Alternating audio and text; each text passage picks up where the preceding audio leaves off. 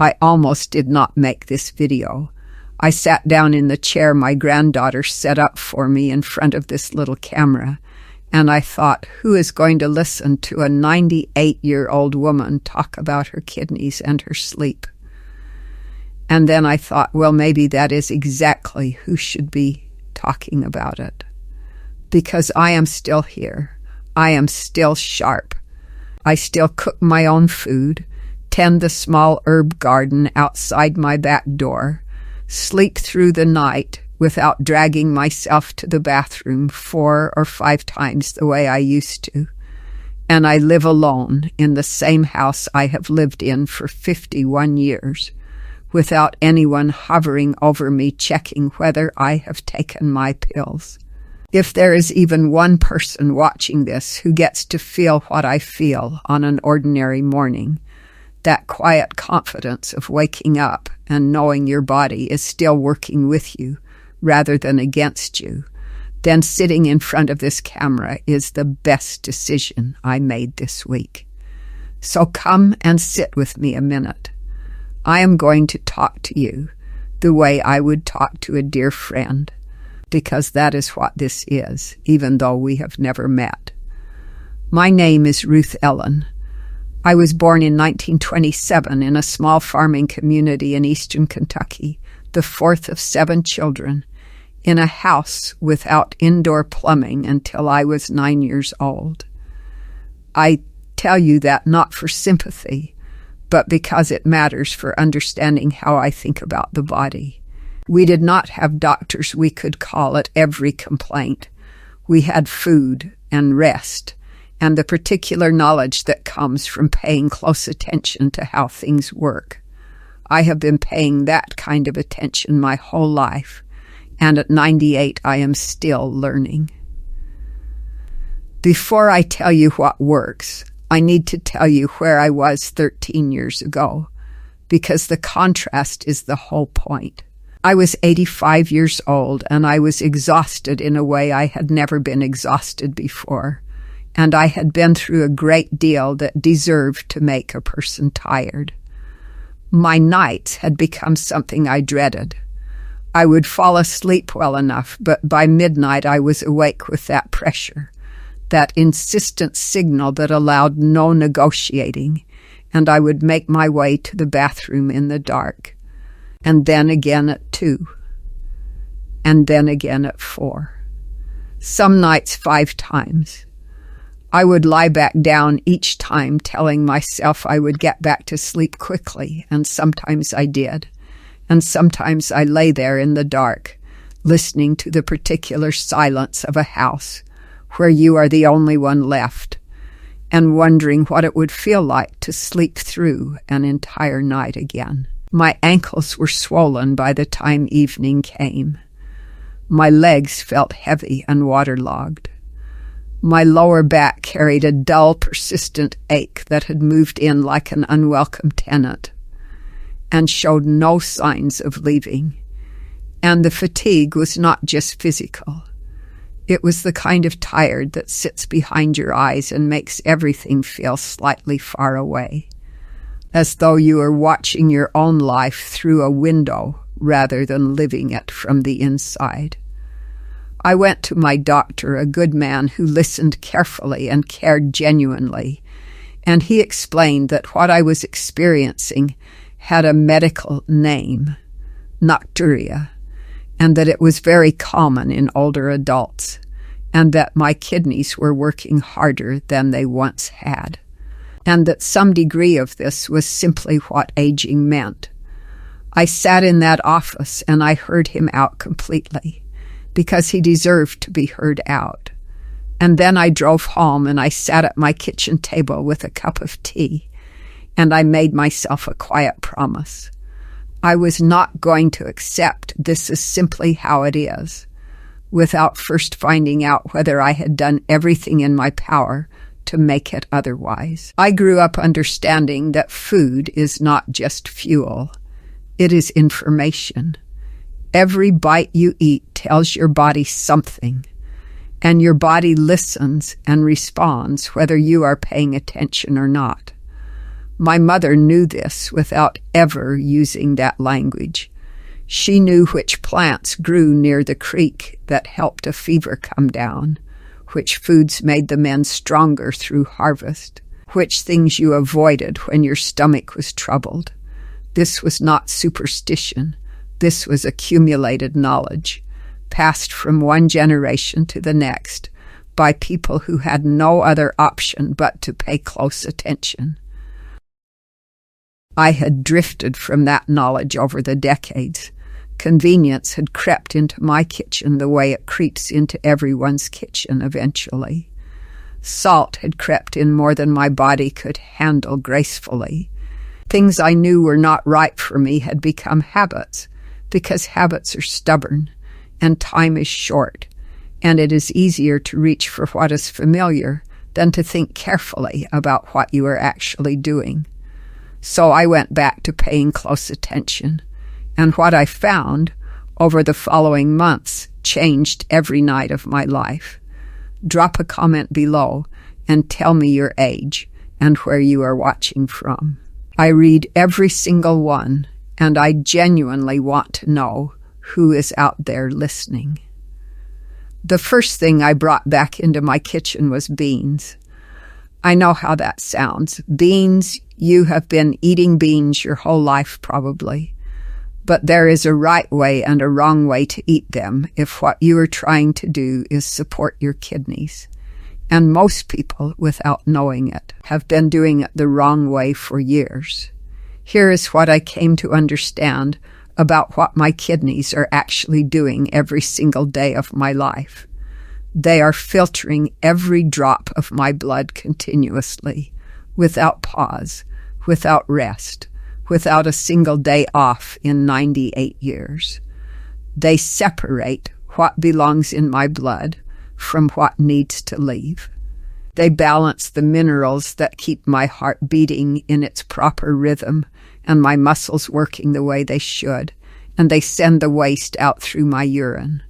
They are extraordinary organs, and I had not been treating them as such.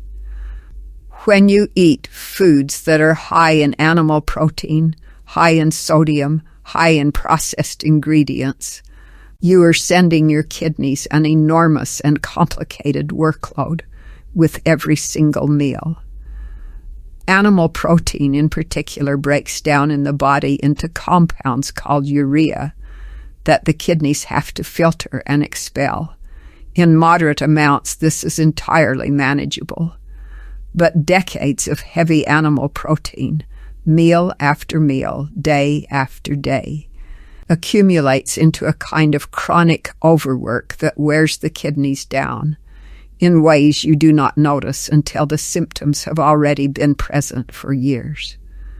Beans are different in a way that matters profoundly. The fiber in beans, and there is a great deal of it, does something that took me time to fully appreciate. It binds to waste products and toxins in your digestive system before they ever enter your bloodstream. That means your kidneys receive less to filter in the first place. You are making their job easier rather than harder. That is a gift you can give your kidneys 3 times a day, every day if you choose to.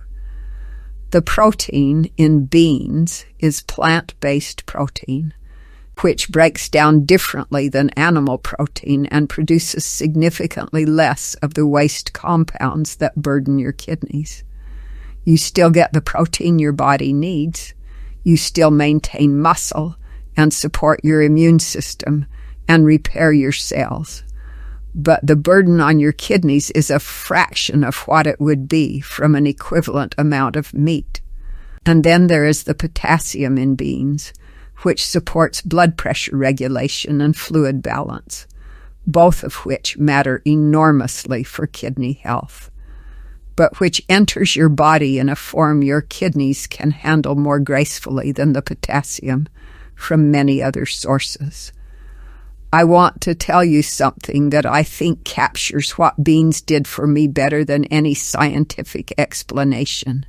My mother used to say that beans were poor people's food, And she said it without embarrassment, because in the community I grew up in, that was simply true. Beans were what you ate when you could not afford anything more elaborate. But she also said, with the same matter-of-factness, that the people who ate beans every day were the ones who kept working when everyone else was worn down. She did not know the mechanism. She just knew what she had seen over decades of watching people. Now I know the mechanism, and I understand what she observed. And I wish I had taken it more seriously 30 years earlier than I did. I eat black beans. I eat navy beans, which I have been making into soup since I was a girl. I eat lentils, which are the most forgiving thing in any kitchen because they cook quickly and go into almost anything. I put beans into salads, into stews, onto toast, into soups that simmer on my stove on Sunday afternoons, and fill the whole house with a smell that takes me back 60 years. Simple, inexpensive, and after 13 years of eating them consistently and seriously, I am as convinced as I am of almost anything that they are part of why my kidneys are still doing their work at 98. The second thing I changed was adding cabbage to my table, in a form I had never given it the respect it deserved. I grew up eating cooked cabbage. Boiled cabbage, which, if you grew up where I grew up, you know can be made wonderful or terrible, depending entirely on who is making it. But what I added 13 years ago was fermented cabbage. Sauerkraut, the old kind, the real kind, made with nothing but cabbage and salt, found in the refrigerated section of the grocery store. Not the shelf-stable pasteurized kind in the middle aisle that has had everything useful cooked out of it. I had a neighbor, an older woman named Vera, who had grown up in a household where fermented foods were as ordinary as bread, who first suggested I try it. She was 88 at the time and moved through her days with an ease that I found quietly remarkable. She brought me a jar from her own refrigerator without ceremony, the way people share things that have worked for them, and told me to eat a small amount every day with one of my meals and give it 3 months before I decided whether it was doing anything.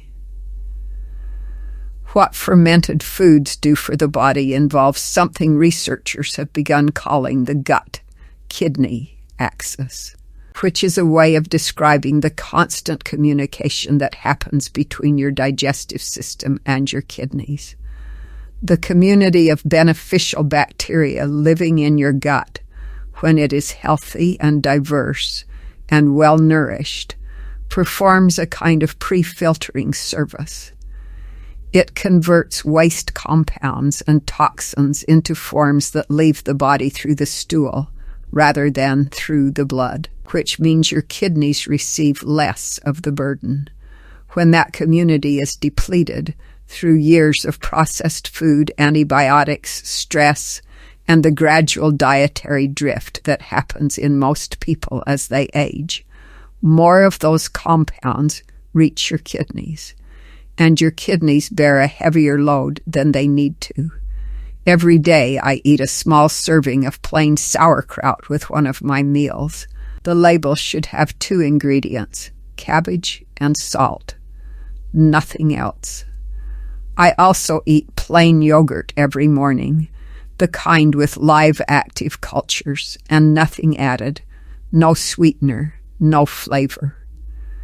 I eat it with my morning apple, a habit I will tell you about in a moment, and sometimes in the afternoon with a small drizzle of raw honey. The third food that I believe has done more for my kidney health than almost anything else, and the one I most want you to hear about, because it is something you almost certainly have in your home right now, is an apple. Every single morning without fail, I eat an apple. Not half an apple, not occasionally an apple.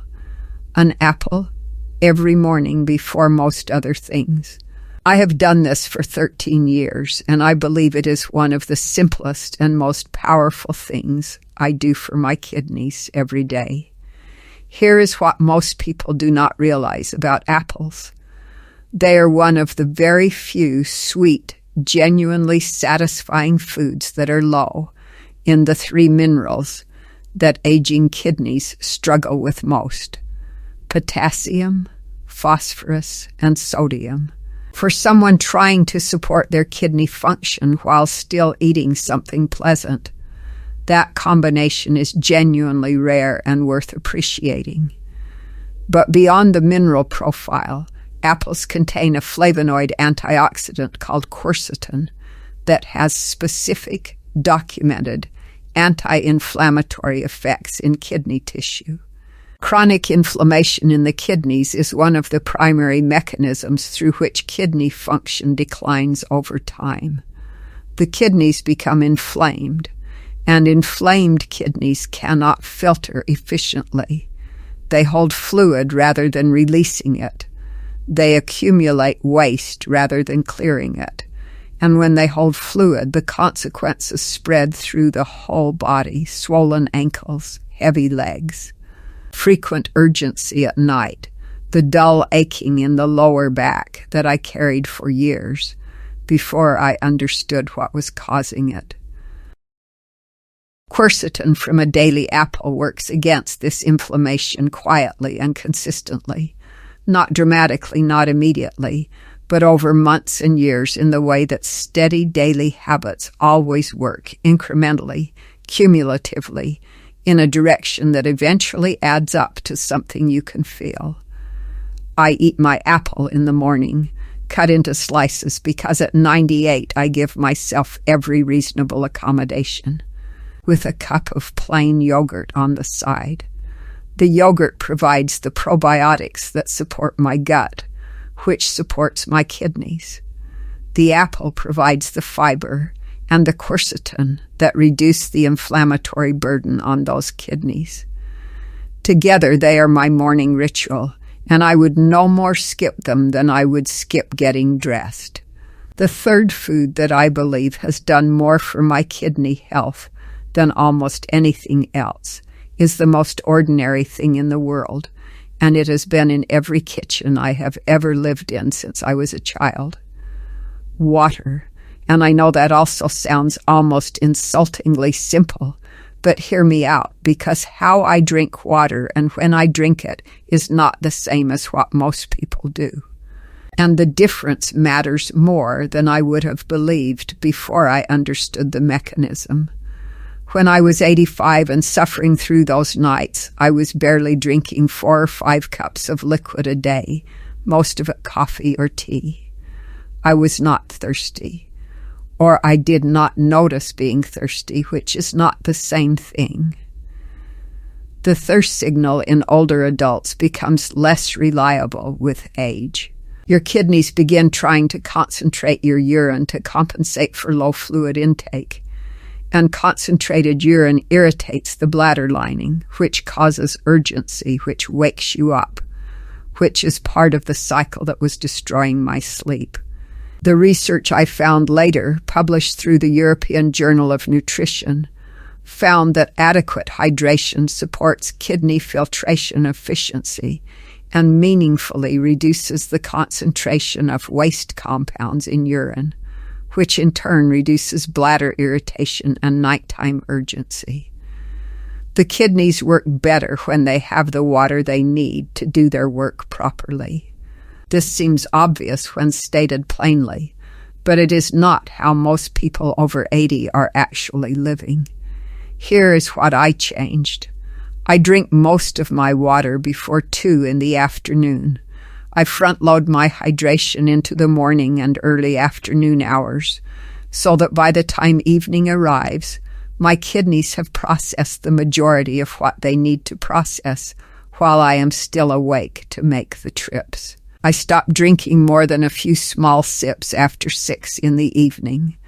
I keep a glass of water on the nightstand, but it is a small glass, and I drink from it sparingly if I wake. I also squeeze half a lemon into my morning water. The rind of a lemon contains a compound called D-limonene that has documented anti-inflammatory properties. And inflammation in the kidney tissue is one of the primary mechanisms through which kidney function declines over time.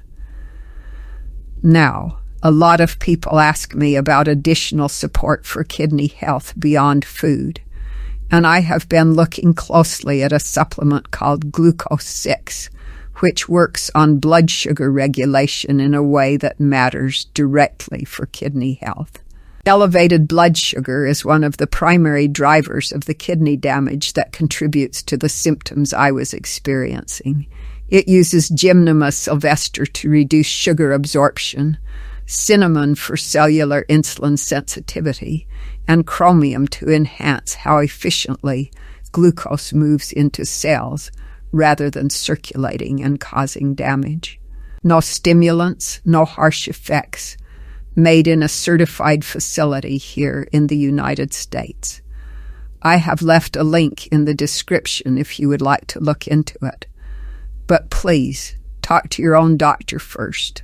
I brought everything I tried to my physician before I started, and I encourage you to do the same. If you are finding this useful so far, please take a moment to hit the like button and subscribe if you have not. My granddaughter tells me those two things help this video reach other people who need to hear it. The fourth thing I changed was sleep itself, and I want to be honest with you that this one required me to change my habits before my sleep improved, which is the kind of circular problem that can feel discouraging in the early weeks.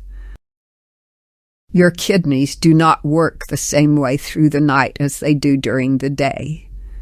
In a healthy body, kidney function slows during deep sleep, producing less urine overnight so the body can rest without interruption. This slowing depends on a hormone called arginine vasopressin, sometimes called the antidiuretic hormone, which the body produces more of during sleep to signal the kidneys to reduce urine output. As we age, production of this hormone declines, and the overnight reduction in kidney activity becomes less reliable. The kidneys continue producing urine at nearly their daytime rate, and the result is the nighttime urgency that so many older adults experience. What supports this process is deep, consistent sleep in the right conditions. A cool, fully dark room, no fluids in the 2 hours before bed, no large meals in the 3 hours before bed, because digestion draws blood flow and resources that the body needs for other repair work during the night. And for me, a small glass of tart cherry juice at around 8 in the evening, which contains natural compounds that support the hormones involved in deep sleep. Within 6 weeks of consistently applying these conditions, my nights began to change. Not dramatically at first, but I began sleeping 2 hours between trips instead of 1, and then 3, and then there were nights when I slept from 10 until 3 without waking at all, which felt like a miracle after years of what I had been experiencing. Now I need to tell you the part that I held back from most people for a long time. Because the part I just described, the beans and the fermented foods and the water timing and the sleep conditions, that part accounts for perhaps 30% of why I sleep through the night at 98 and why my kidneys are still doing their work. The other 70% lives somewhere that is harder to measure, but no less real. Let me tell you about my friend Claudette. Claudette and I had been friends since 1962. We met in the church choir, both of us altos, both of us far more opinionated about the hymn selections than anyone had asked us to be. We raised our children on the same street, traded recipes and troubles across each other's back fences for 40 years, and saw each other through every difficult thing that life provides in sufficient quantity when you live long enough. When I was going through the worst of my sleepless nights, Claudette was struggling with something similar. We were both 85, both feeling like our bodies had become obstacles rather than partners, both going to doctors who told us with genuine kindness that this was what getting older meant. The difference between Claudette and me was not the food, though I did eventually share what I had learned with her, and she made some of the same changes I had made, and saw some of the same improvements. The difference was something I only came to understand fully several years later, when I looked back at those years with the clarity that time sometimes grants. Claudette was afraid, not in a way she talked about openly, because she was not that kind of woman, and neither was the culture we had grown up in, but it was in her body. It was in the particular tightness around her eyes when we talked about health. It was in the way she startled at minor things and recovered slowly. It was in the quality of her sleep, even on the nights when her kidneys were not the problem. She slept lightly, vigilantly, as though some part of her was always on guard for the decline she was certain was coming. She had watched her mother spend her final decade in a state of progressive dependence that had been, by every account, frightening and undignified and lonely. And Claudette had made that picture the picture of her own future, quietly and without choosing to, the way you absorb the fears of people you love, without realizing it is happening. Every symptom she experienced was a sign of that story beginning.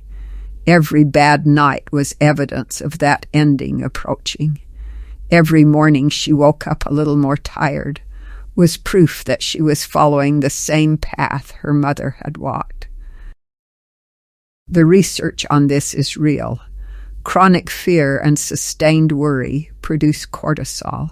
Cortisol maintained at elevated levels over months and years suppresses immune function, increases systemic inflammation, disrupts the hormonal balance that governs kidney function and the overnight reduction in urine production, and contributes to the exact cycle of nighttime waking and daytime fatigue that Claudette and I were both experiencing. The fear was not separate from the kidneys.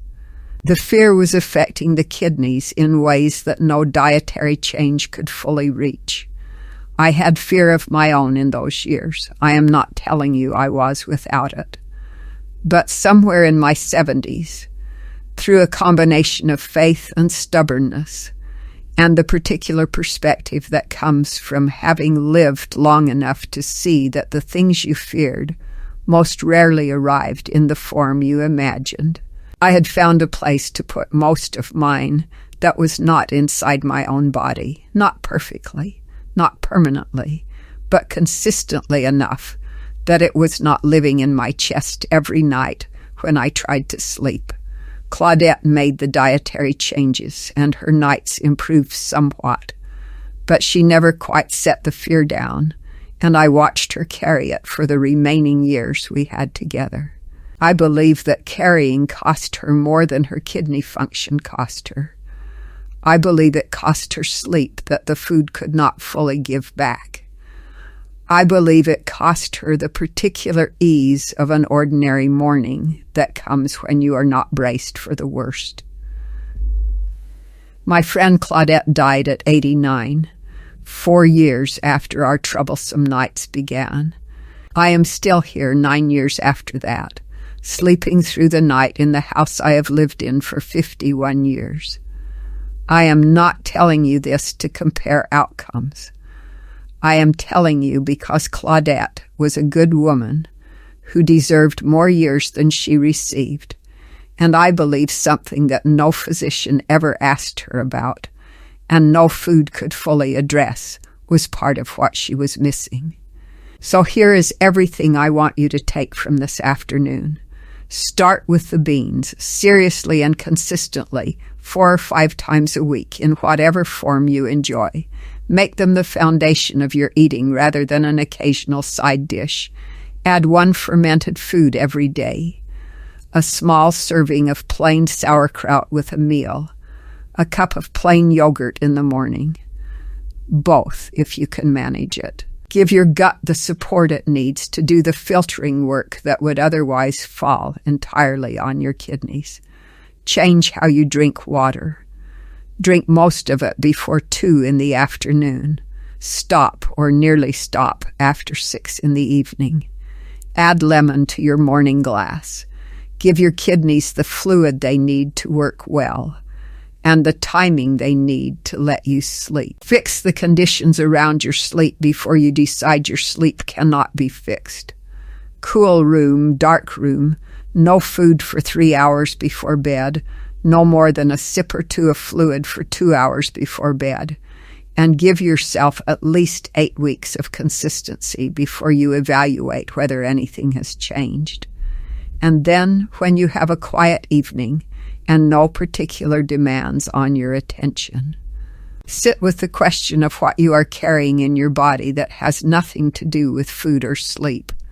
Who are you worried about in a way that runs underneath everything else? What are you afraid of in a way you have not said out loud? Is there someone you could call tomorrow who would benefit from hearing your voice? And would you benefit in ways your body would register from making that call? I cannot tell you what your answers will be. I can tell you what mine were. I can tell you that I am 98 years old and I slept 7 hours last night without getting up once. And this morning I made my breakfast and watered my herbs and sat down in front of this camera to talk to you. And I am not afraid of anything in particular today. That is the whole of it. That is everything I know that matters. If you know someone who is lying awake making trip after trip to the bathroom and has been told by a well-meaning doctor that this is simply what getting older means, please send them this video, because it does not have to be. I was 85 when I started changing these things. I am 98 now, and the nights are mine again. Tell me your name in the comments. Tell me where you are watching from. Tell me one person you are going to reach out to today, because that small act, that one phone call or letter or knock on a neighbor's door, might do more for your kidneys than anything else on this list. I mean that with my whole heart. I will see you in the next one. For me, that place was prayer and the particular discipline of a faith that taught me that honesty matters, that how you treat people returns to you, and that your life is not only for yourself. I held on to these things through every hard thing life delivered, and there were many, and I believe they sustained me in ways that food alone never could. I am not asking you to share my faith. I am asking you to hear what I have observed in 98 years of living. A person who believes their life has meaning beyond their own comfort carries themselves differently. They do not give in to decline as readily. They stay curious. They stay connected. And a person who is curious and connected sleeps differently at night than one who has quietly decided that the meaningful parts of their life are behind them. The nights I sleep best are the nights I end the day having been of genuine use to someone. A phone call to someone who lives alone. A letter to someone who did not expect one. Sitting and listening, actually listening to a neighbor going through something difficult. There is biology behind this. Acts of genuine connection and service reduce stress hormones. The immune system receives a quiet boost. Inflammation decreases. And the kidneys get a small reprieve from the cortisol that had been burdening them. But I do not think about it in those terms when I am living it. I think about it as the simple truth that a person who has been useful is less afraid of the dark. and a person less afraid of the dark sleeps better.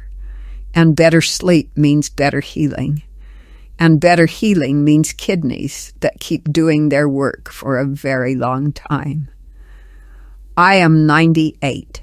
I have outlived most of the people I grew up with, both of my husbands and several of my doctors.